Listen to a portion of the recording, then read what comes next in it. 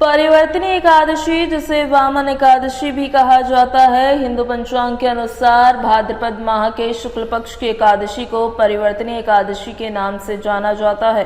इस दिन भगवान विष्णु के वामन अवतार की पूजा की जाती है। धार्मिक मान्यता के अनुसार भगवान विष्णु योग निद्रा में भाद्रपद शुक्ल एकादशी को करवट लेते हैं। इस कारण से इस एकादशी को परिवर्तनी एकादशी कहते हैं। जैसे कि आप जानते ही होंगे कि सावन माह से चातुर्मास की शुरुआत हो जाती है। भाद्रपद का माह चातुर्मास का दूसरा महीना कहलाता है। धार्मिक मान्यता ये कहती है कि चातुर्मास के दौरान भगवान विष्णु पाताल लोक में अपनी योग निद्रा में लीन हो जाते हैं, जिसके बाद देव उठनी एकादशी के दिन वह योग निद्रा से बाहर आएंगे, जिसके बाद ही विवाह, लगन, मुंडन आदि जैसे मांगलिक कार्यों का शुभारंभ किया जाएगा।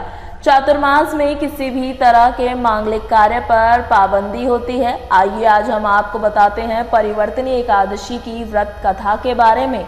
ये कथा द्वापर युग में खुद श्री कृष्ण ने पांडवों को सुनाई थी।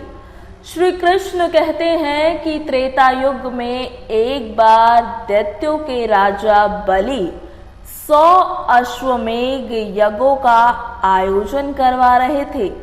दैत्यराज शुक्राचार्य द्वारा इन यज्ञों का आयोजन करवाया जा रहा था। इन 100 यज्ञों का आयोजन करवाने का उद्देश्य ये था कि स्वर्ग पर अपना आधिपत्य स्थापित किया जा सके। राजा बलि स्वर्ग पर अपना शासन चाहते थे, लेकिन इधर देवराज इंद्र भयभीत हो गए, क्योंकि अगर राजा बलि 100 अश्वमेघ यज्ञ करवा लेते तो उनसे उनका सिंहासन छिन जाता। जिसके बाद देवराज इंद्र भगवान विष्णु के पास सहायता मांगने पहुंचते हैं और भगवान विष्णु ये आश्वासन देते हैं कि वह उनकी मदद जरूर करेंगे। जिसके बाद भगवान विष्णु अपना वामन अवतार लेते हैं।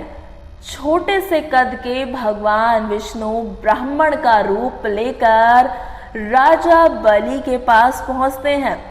एक तरफ तो राजा बलि दैत्यों के राजा थे, लेकिन वहीं दूसरी तरफ राजा बलि उदार स्वभाव के भी थे। वह अपने दरबार में आए किसी भी व्यक्ति को खाली हाथ नहीं जाने देते थे। साथ ही ब्राह्मणों का वह बहुत आदर सत्कार किया करते थे। ब्राह्मणों को भिक्षा दिया करते थे।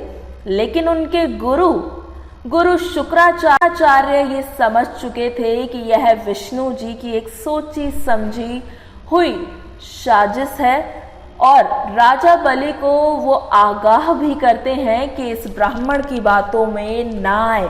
लेकिन राजा बलि, जिन्हें दानी के तौर पर भी जाना जाता है, वह कहते हैं कि मैं अपने दरबार पर आए हुए ब्राह्मण को कैसे जाने को कह दूं। जिसके बाद राजा बलि वामन रूपी ब्राह्मण से कहते हैं कि आपको क्या चाहिए। वामन रूप में भगवान विष्णु सिर्फ राजा बलि से अपने 3 पग मांगते हैं। ये सुनकर राजा बलि को काफी अचरज भी होता है कि सिर्फ 3 पग। इतना कहते हुए राजा बलि कहते हैं ठीक है। जिसके बाद भगवान विष्णु रूपी वामन एक पग में धरती नाप देते हैं, दूसरे पग में स्वर्ग, और उसके बाद पूछते हैं कि मैं अपना तीसरा पग कहाँ रखूं। तब दैत्यों के राजा बलि अपना सिर भगवान विष्णु के आगे रख देते हैं और कहते हैं कि आप अपना तीसरा पग मेरे सिर पर रख सकते हैं। ये देखकर भगवान विष्णु राजा बलि से काफी प्रसन्न होते हैं और उसे पाताल लोक का राजा बना देते हैं। जिसके बाद राजा बलि का पाताल लोक पर राज हो जाता है। भगवान विष्णु राजा बलि से कहते हैं कि तुम्हारी कोई इच्छा हो तो जरूर कहो। जिसके बाद राजा बलि बहुत ही चालाकी से भगवान विष्णु से कहते हैं कि आप सदैव मेरे साथ रहें, आपका दर्शन मुझे हमेशा ही होता रहे। जिसके बाद भगवान विष्णु भी पाताल लोक में राजा बलि के साथ निवास करने चले जाते हैं और इस एकादशी को भगवान शयन करते हुए पाताल लोक में करवट लेते हैं। इसीलिए तीनों लोकों के स्वामी भगवान विष्णु का उस दिन पूजन किया जाता है। वहीं आपको ये भी बता दें कि परिवर्तनीय एकादशी के दिन तांबा, चांदी, चावल और दही का दान करना उचित माना जाता है। जो भी विधि पूर्वक इस एकादशी का व्रत करते हैं उन्हें सभी पापों से मुक्ति मिल जाती है और स्वर्ग में जाकर चंद्रमा के समान वह प्रकाशित होते हैं और यश की प्राप्ति होती है। इस व्रत कथा को सुनने मात्र से ही आपके सभी पाप नाश हो जाते हैं और जो भी परिवर्तनीय एकादशी के दिन व्रत रखता है उसे 1000 अश्वमेघ यज्ञ जितना फल मिलता है।